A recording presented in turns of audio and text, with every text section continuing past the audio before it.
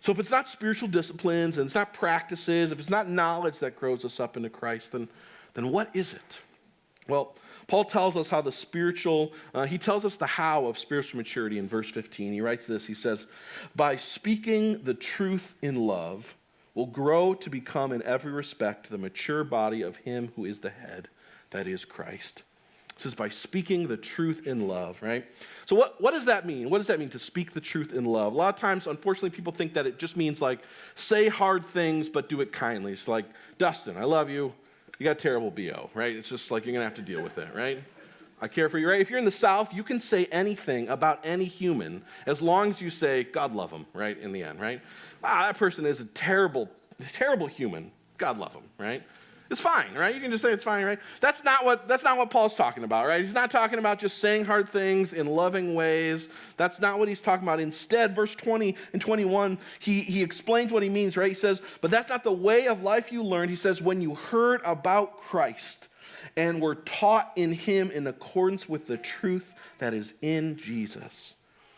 You see, to speak the truth in love means to speak the truths about Jesus in loving ways into the lives of one another. You see, the way that we grow up in Christ is by faith in him.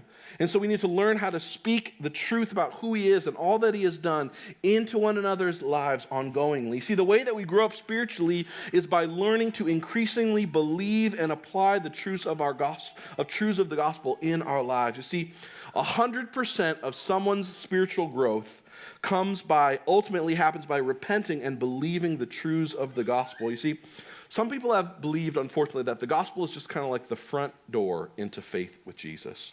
That's like, all right, well, I need to believe what is true about Jesus and what he's done.